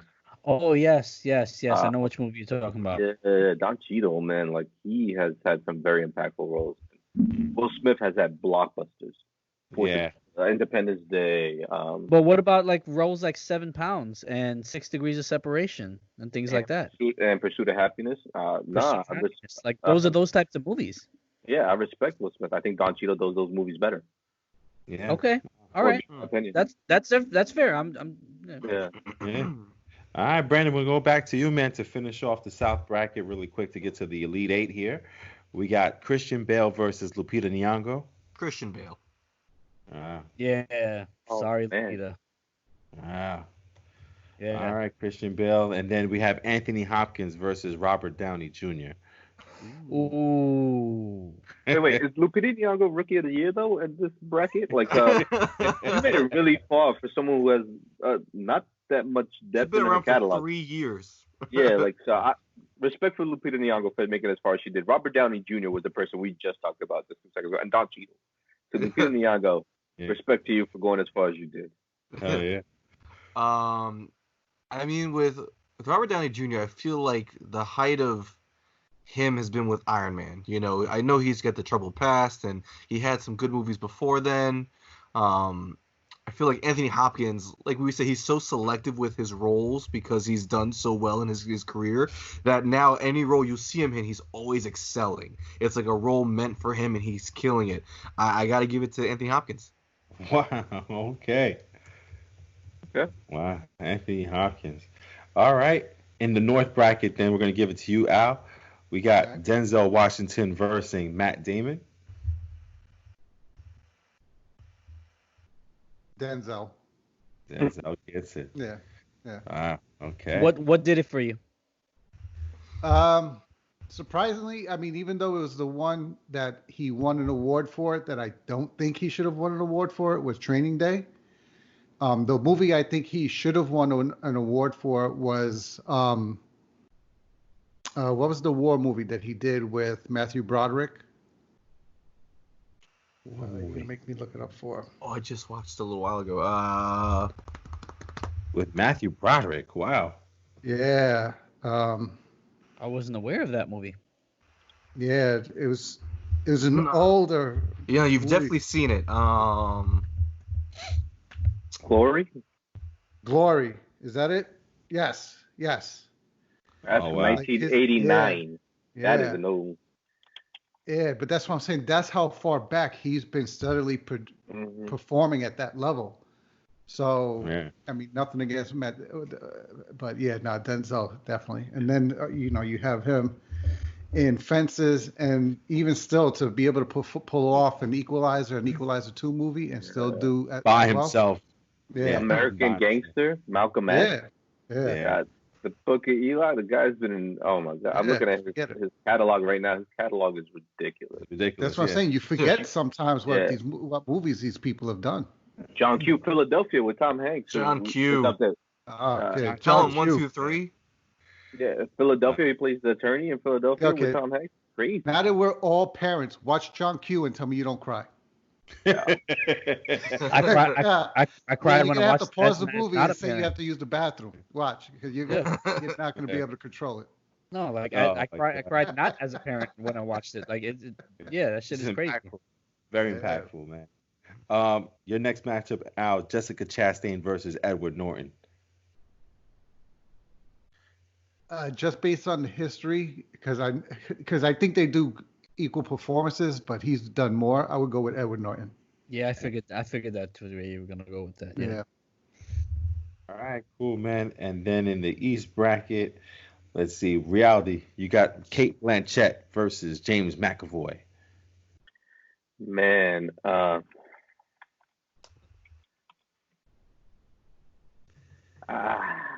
like James McAvoy. I like him strictly for. I mean, based on nothing else, I would say the Split movie was probably what was driving it home for me for James McAvoy. I think, Al, you had James McAvoy before, right? Was it Al? And talking about his portrayal of those different roles, amazing. I don't think I have to say anything else. Yeah, James McAvoy has it. Yeah. All right, then your last one is Morgan Freeman versus Tom Cruise. Ooh, Morgan Freeman. Tom Cruise dies here. Come on. Tom Cruise dies here. Wow. Yeah, Wow. and I like Tom Cruise a lot. I think I don't like him as much as you guys maybe, but I think I don't know. It's Morgan Freeman is one of those guys where you always see Morgan Freeman, like he plays God, but he's still Morgan Freeman. You're like, if God was Morgan Freeman, you'd be okay with that. Like, Yeah. that's kind of like what you're saying, right? Kind of like what we're talking about with Paul Rudd and Ryan Reynolds, where like they are these different characters. The characters are kind of built for them, but he does it the opposite. Where he comes to them and he's like, Morgan Freeman is God, or Morgan Freeman is like he makes them become Morgan Freeman, which is ridiculous. The other way. It's what you're saying, like you wouldn't be disappointed if you died and you went to heaven and it was like God actually was Morgan Freeman. Like you're like, okay, like this made sense. This makes sense. If Morgan Freeman wasn't Pretty Women, like Morgan Freeman would make the prostitute Morgan Freeman. Like he's just that convincing. He's like, and we went out. And he offered to buy me everything I wanted. And I'm like, oh, you buy it? Like, damn, Morgan, sounded a lot right. more like Forrest Gump. It was at that time that I realized he didn't just want me for my body.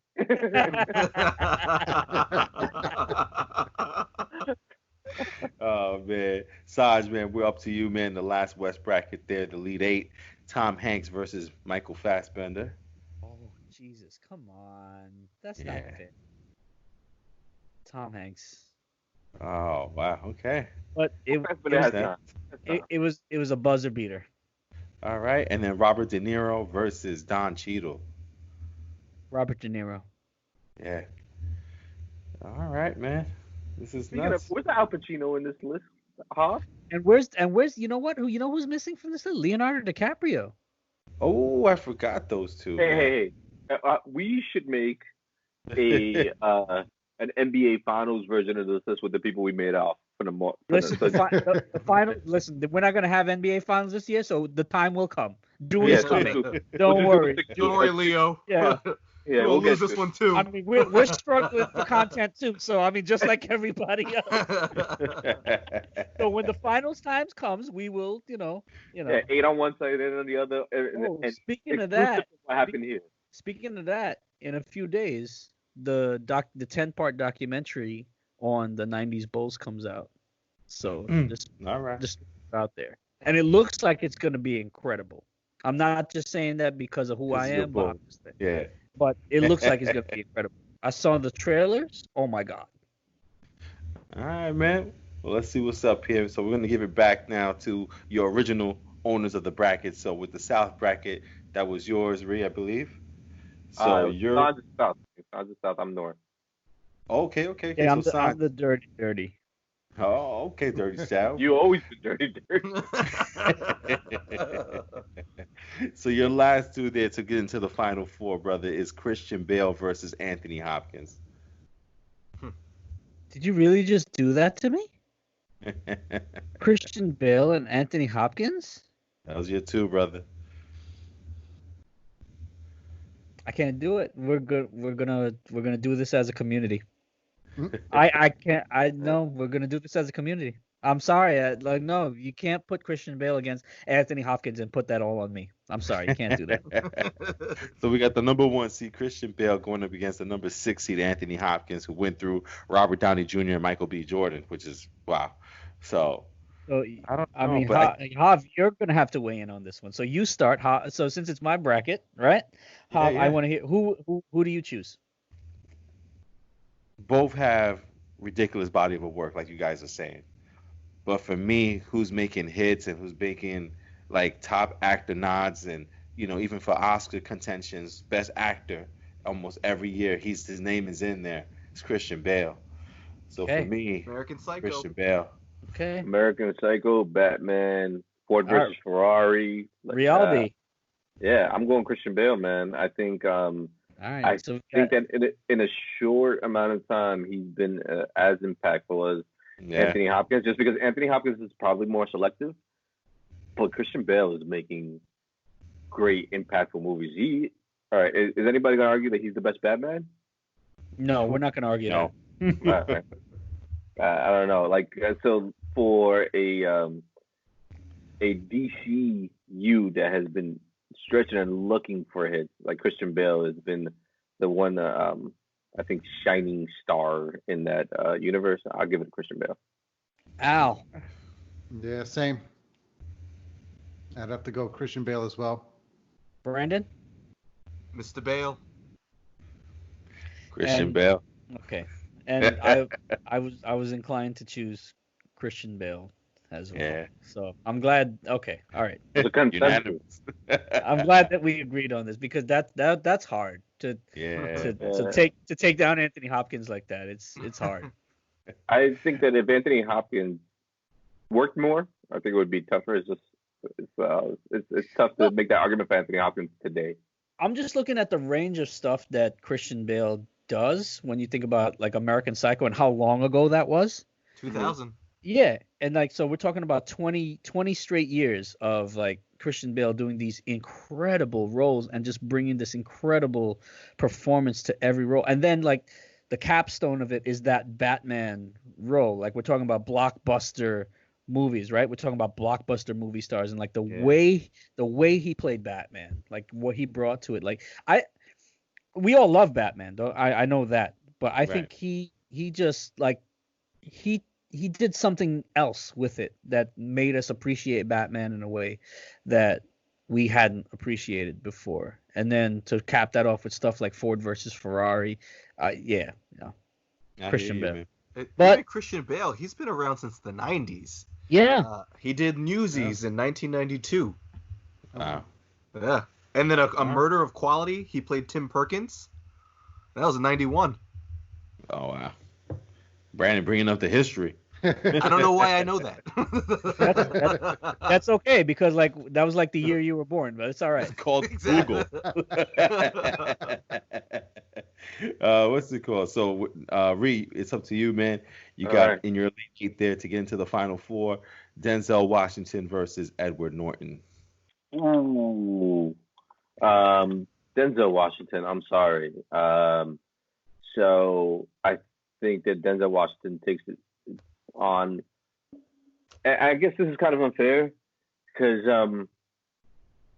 so Denzel Washington does your mainstream, and then he does also these like niche roles, like the Mo Better Blues, which is a Spike Lee film that was obviously catered towards the Black community, and Malcolm X also was one that was like heavily biased, but he's able to do that and move between that and just mainstream cinema pretty easily. Right. He's viable as any character he's ever played. I mean, so I'll give it to him. Ed Norton, I like him a lot, and I think that he does very well, but I'll give it to Denzel. All right, man. No problem, man. I agree with that on that one. Denzel, Christian Bale. Okay. All right. So now, Al, we're going back to your East bracket, Al. You got left over with James McAvoy versus Morgan Freeman. Morgan, I have to go Morgan on that one. Yeah, just comparing the history. It's so funny. You were thinking it was just coming out Morgan Freeman. You're like, Morgan Freeman. Oh, yeah. All right, Brandon. Like, before you did, what is the like Morgan Freeman has so many roles. Like, what do you think the role you'll remember him most for? Like, if you had to pick like one thing that if you could only keep that one thing of Morgan Freeman's. Seven. For me, I was gonna say Kiss the Girls. Because to me, Seven, right? It's like the same thing. Like he plays this intelligent character, and it always just comes off as a command of the scene. But to me, I always go back to Kiss the Girls or Seven. Yeah. Lean on Me. Yeah, Lean on Me. How about you, Sanj? Shawshank. Yes. For me, it's Shawshank. Yeah. Even though he wasn't the main character, like just I don't know, just the way he that was the movie that I really noticed Morgan Freeman and like made me want to like look at go and find more Morgan Freeman movies. Gotcha. And then Brandon, man, in your West bracket, you were left off with Tom Hanks versus Robert De Niro. Ooh. Oh man. Let's see what you got, B. I feel like I gotta give it to Tom Hanks. It's just I feel like Tom Hanks has become like an icon in his league, more so than Robert De Niro. I feel like Robert De Niro owns the field, but I feel like, Tom Hanks is, with the roles that he had alone. We named 4 roles that you'll never forget that he played, Gotcha. All right, man. So listen, we got to our final 4, man. The final 4 got some good actors there. And on this one, what we're going to do for the final 4, all 5 of us are going to vote on each person, each matchup. So on the matchup on the first one, so first of all, the 4 actors that are in there, we got Denzel Washington versus Christian Bale, and we have Morgan Freeman versus Tom Hanks. So let's just get with the easy one. Well, the easier one, I think, would be Morgan Freeman versus Tom Hanks. Al, you go first, brother. Who are you choosing out of those 2? Out of those 2? Tom Hanks and Morgan Freeman. I'd have to go Tom Hanks. All right. Tom Hanks, Ree. Man, this is tough. This is really, really hard. Yeah, but I think I'm going to have to go Tom Hanks also. Wow. I mean, you go Toy Story, you go Big, you go Da Vinci Code, you go, I don't know, The Green Mile, Sully. Yeah. Mm-hmm. Man, we said Mr. Rogers, we said Forrest Gump, we said Captain Phillips. He's not the captain anymore. I'm the captain now. Look at me. Look at me. Sanj, man, who you going on this one, man? I can't vote against Mr. Rogers. Tom Hanks. Oh, wow. All right. When it comes down to it, there are more Tom Hanks movies that I would pop into a DVD player or like think of watching like on a rainy day or if I'm stuck inside. Then there are as great as the Morgan Freeman movies are, like there's more Tom Hanks movies on my list that I love. I hit you with one, Terminal. The whole movie took place inside an airport terminal. Yeah. And was like, you could not stop watching that movie. It's like crazy. Yeah, man. Yeah. Now, Brandon, right now Tom Hanks is going to win this no matter what, but which one would you have chosen? I would win Tom Hanks. I just had the guy, he's that's the man. Yeah, man, it's tough to say Morgan Freeman wouldn't win this battle, but to be honest with you, Tom Hanks. Freeman. Yeah, man, he's doing his thing, man. So now this one, I think it's going to split us up a little bit. I don't think this one's going to be easy. So we got Denzel Washington versus Christian Bale for the North versus the South. And, I'll give you guys a little time to think on this one. For me, man, I can't. It really should have came down to Denzel and Christian Bale in the finals. That's what it really should have came down to. Yeah, man. But this is where we at right now, man. And Jesus, I can't. I'm in on Christian Bale. Brandon, you choosing Christian Bale? I cast the first stone. Whoa. Man. I just think for all the different types of roles Denzel Washington has played, like he's done like these horror / serious drama movies. He's done everything, and everything he's in, even though it looks like he's almost playing the same character, it's always different. It's always different take. It's always interesting, always good. Christian Bale, he's done a lot of great movies also, but I wonder if I'm thinking of him even better or more than what he is because of the Batman roles, I mean, I think about The Prestige. I'm thinking about Ford vs. Ferrari. I'm thinking about The Fighter. I'm thinking about Hustle. What was the American Hustle? American Hustle. I'm thinking about when he played Dick Cheney. What was it? Oof. He's so versatile in the fact that he commits the machinist, like every role he plays, he owns the role. He changes his body for the role. He goes all in, whether it's an accent, he'll learn the accent and excel at it. I think from what he's done, I even though it's Denzel, I think Denzel is an icon. I'll use the word icon there for him. I think in the roles that Christian Bale has played, he's made you more invested in his character than anyone else, whether he's the lead or not. Yeah, I think for me, like if I had to choose movies, if it wasn't like Batman wasn't an option, and I just had to choose a movie to watch, I'm gonna choose a Denzel Washington movie. Batman's just as ridiculous, so I would choose that easily. But if it, without Batman in there, all those regular movies, Denzel Washington will win my vote. Yeah. So let's go to Sanj, man. Sanj, what you thinking, man? Christian Bale, Denzel Washington.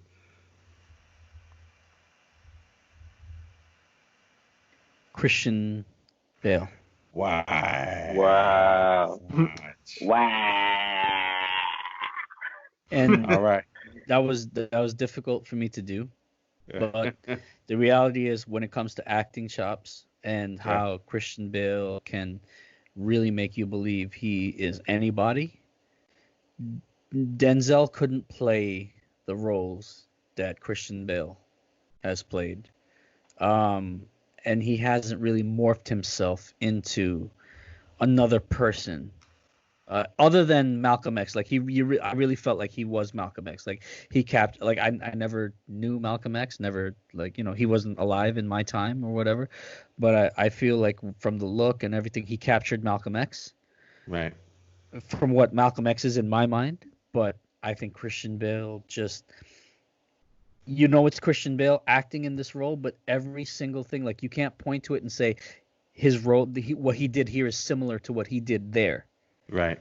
Like he's playing Dick Cheney one moment and playing Bruce Wayne another moment, and in American Hustle, like his skill is otherworldly as an actor. So it takes an actor of Christian Bale's caliber to be better than Denzel.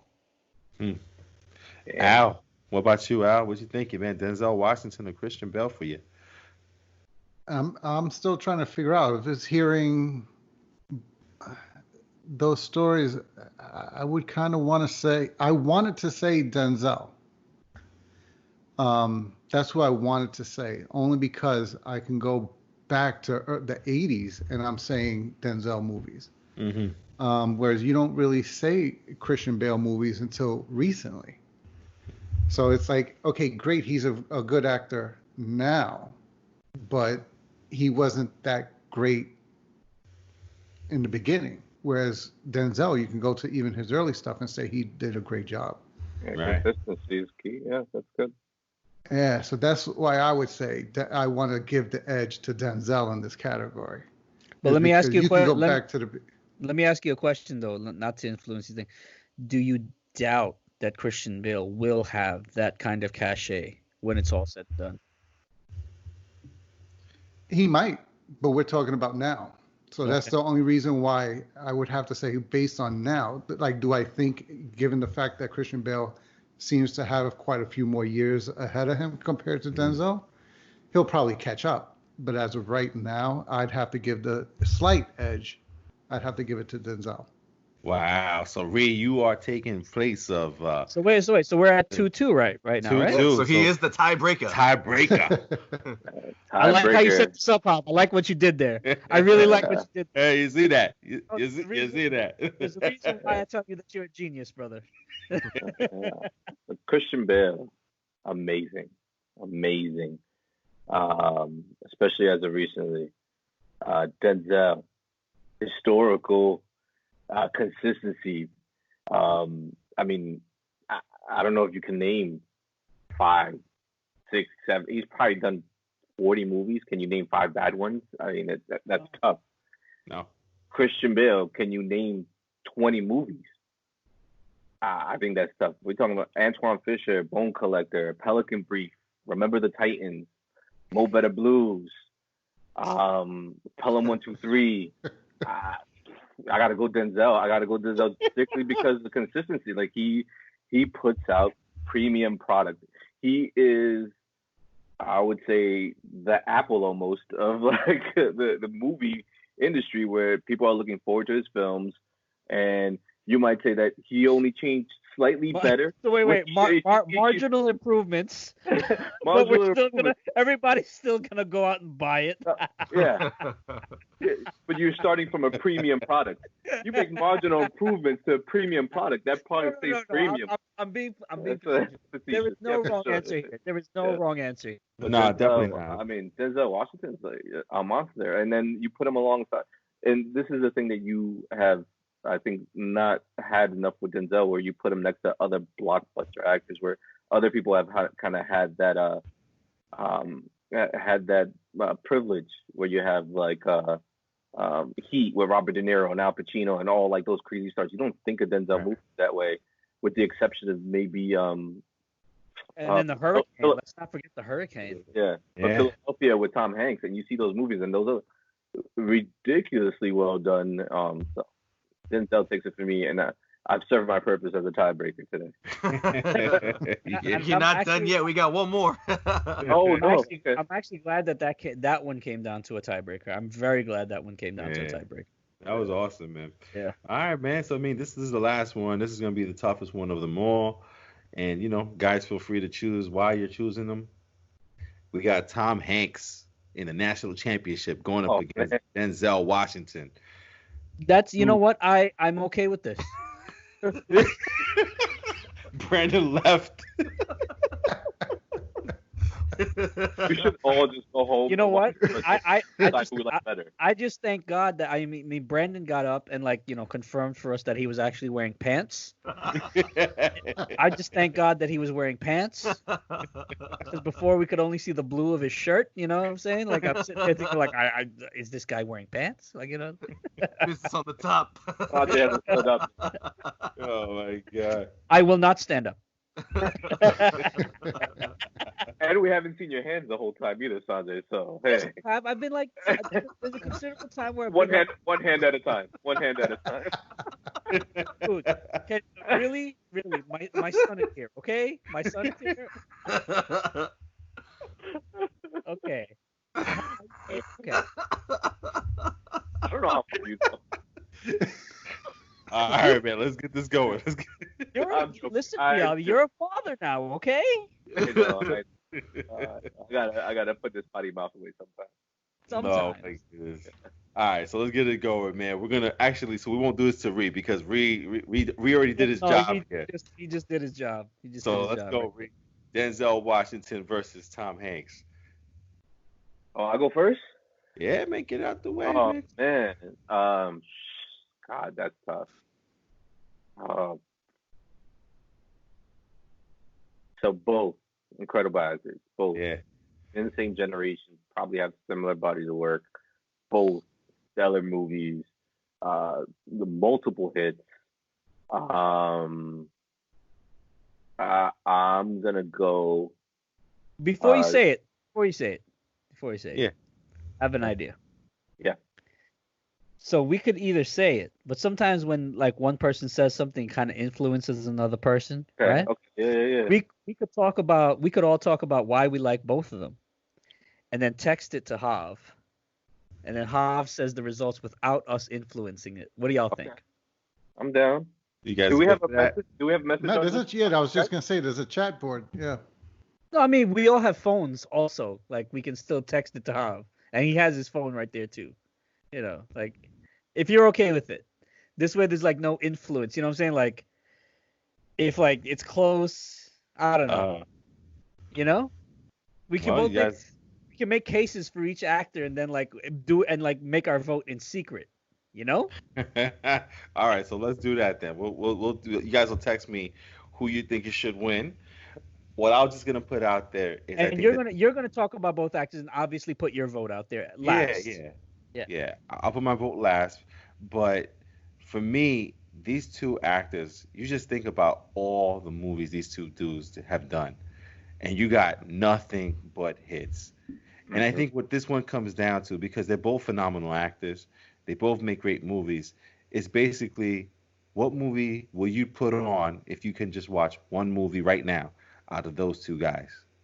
You got all these hits from these two men. All these hits, and you can go back decades on both of them, and it's I probably watch a movie with both of them in it. Is there? If you're lucky, Philadelphia. That's the only one I can think of. Yeah. All right. But they're both entertaining. Ah, man. Let's see, man. Let's see what you guys put down, man. I mean, what's your thoughts on these guys? So we won't vote. We won't sex you our vote until everybody's spoken or whatever, right? So B, go ahead. I would say when they're both gone, who would you remember more? Oh, okay. Yeah, that's an interesting question to pose.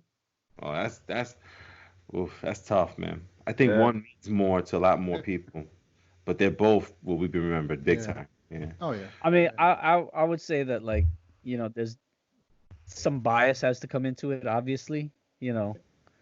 When you're looking at it from a personal standpoint. Al, what you thinking, bro? I kind of like that question of who would you like, who makes you want to see a movie more? And the way I took it was I look at my collection over here, and I'm just going through the list of what I have to see, okay, who's made me buy one of their movies more often than Right. And I'm looking at my catalog, and I have more of one than the other. Yeah. So, and I would have, that's going to be kind of along the lines of my decisions. Like, this person, even though they both put out great movies going back decades, this person has put out movies that I've actually felt the desire to actually go buy. That's how much I've liked them. So that's I like that you put that out there, because that's kind of what I'm using to make my decision. All right, cool, man. And Ree, yourself? Yeah, I think this is super hard. Like we said already, tons of movies, tons of blockbusters. I think that for me, I think a lot of it's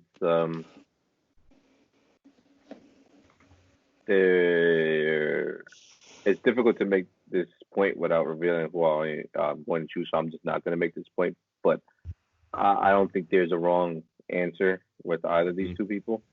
I just know that I have a preference for one. I think that I can I have more admiration for one than the other, but I think they're both incredible actors. And if you were told me that I was stuck with watching one of their films, either one of them, I'd be perfectly happy. I would watch their either catalog if those were the only films that were available to me, and I would be perfectly satisfied. I just have a bit of a bias that I'm going to admit now. So yeah. How about you, Sanj? For me, it comes down to because if you told me that all I could ever watch for the rest of my life was a Tom Hanks movie, or all I could ever watch the rest of my life was a Denzel Washington movie, I'd be okay with either one. So then I have to think about the movies that they've been in, the roles that they've played, like what speaks to me in like a visceral way, like in to what hits me very personally, and that's kind of how I make my decisions on a lot of things, most things. Like what speaks to me and my experience going through the world as who I am, as everything that I've been through and whatnot. So that's what's gonna make my decision. All right, man. So guys, text. All right, away. everybody, text in. We've gone through what we think really quickly and why we think it, and I'll be counting down. Let's see. I already got 1, 2. Let's see what else comes in. Okay, let me get Ree here.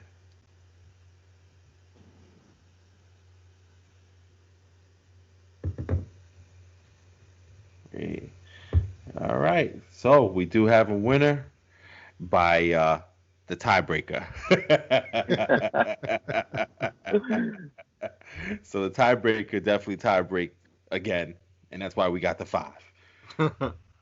And our winner for the Real Fan Review 2020 top 64 Blockbuster Movie Actor,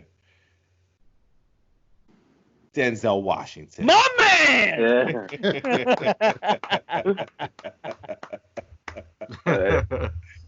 I just want to add. Denzel Washington took it.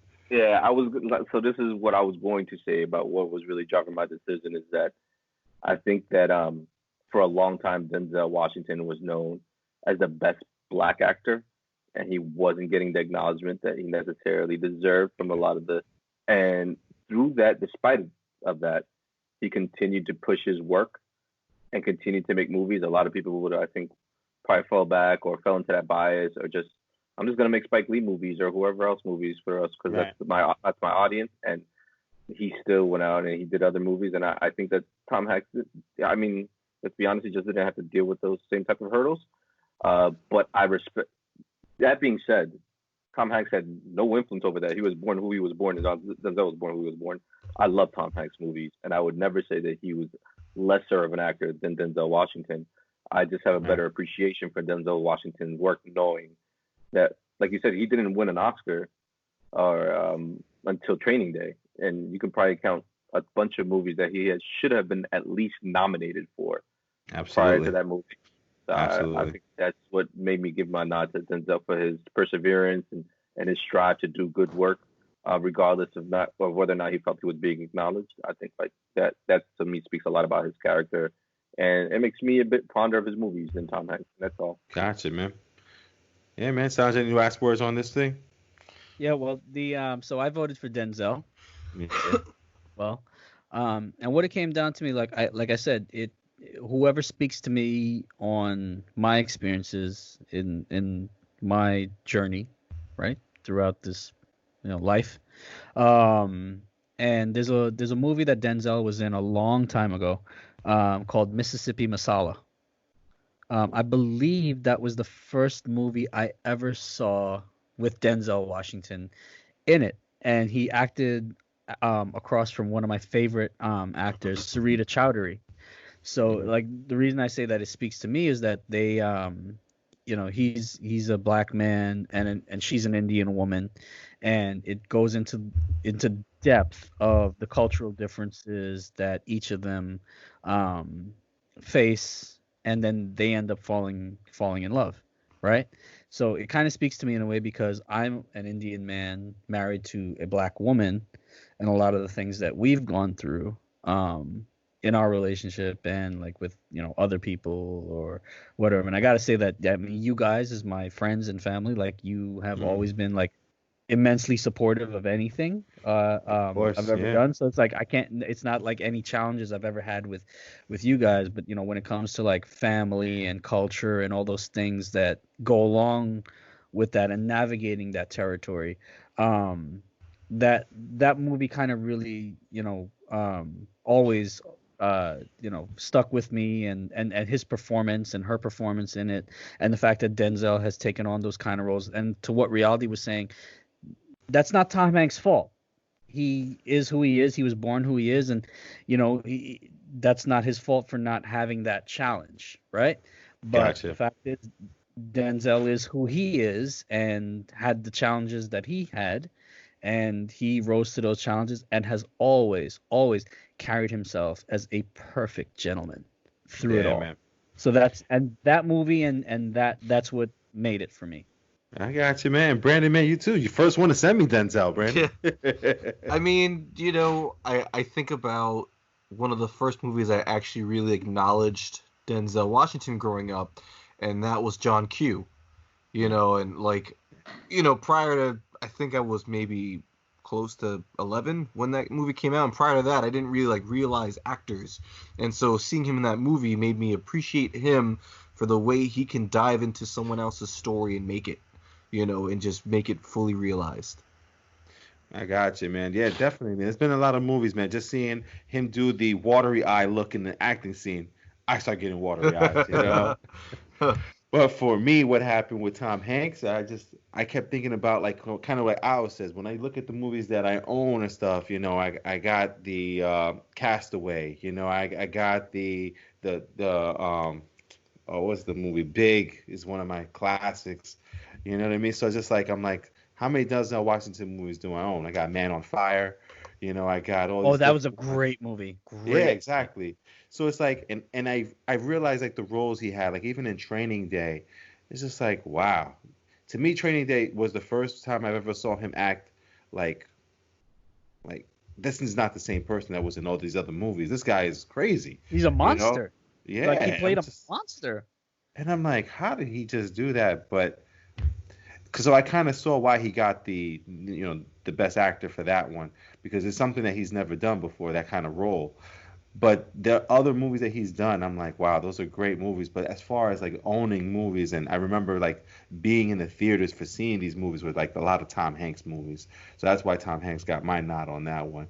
Al, how about you, man? You also same thing. Hanks. Like, yeah, I mean, like even going with some of these movies like Da Vinci Code, but more so really when I look back, and Tom Hanks, when I think of where he came from Bosom Buddies. So he played from being one of these actors that everybody kind of considered was, oh, he does like the silly humor, he does that kind of stuff.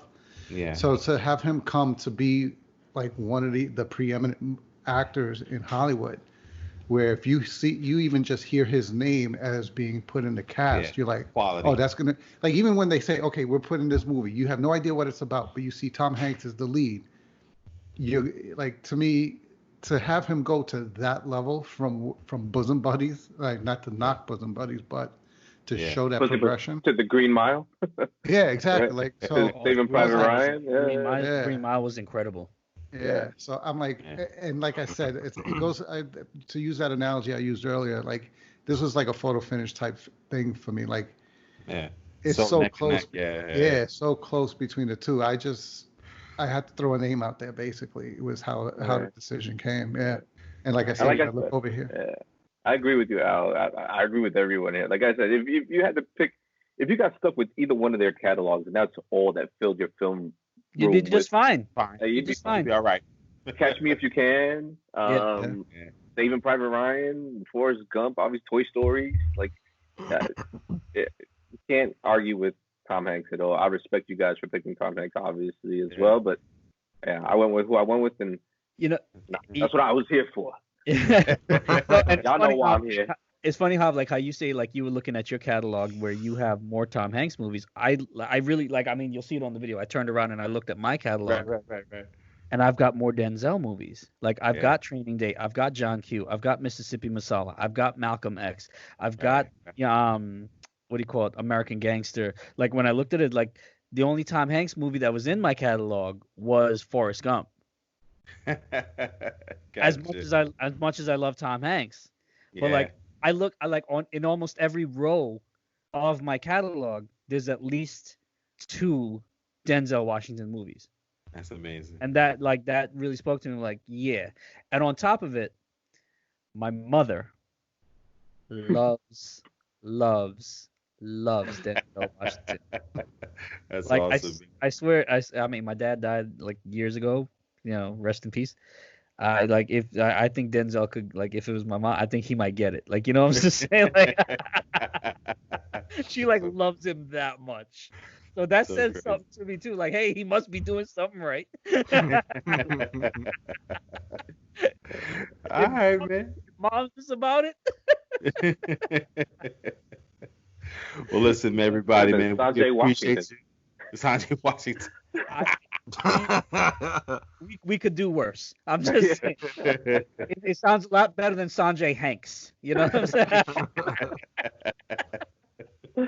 Oh man. Oh man. Well, listen, man. We'd like to thank everybody who watched this podcast or the YouTube video of this. This is something that we try to do once a year to try to, kind of match up with the March Madness, and hopefully this year it gives you some kind of like hope for next year with the March Madness thing.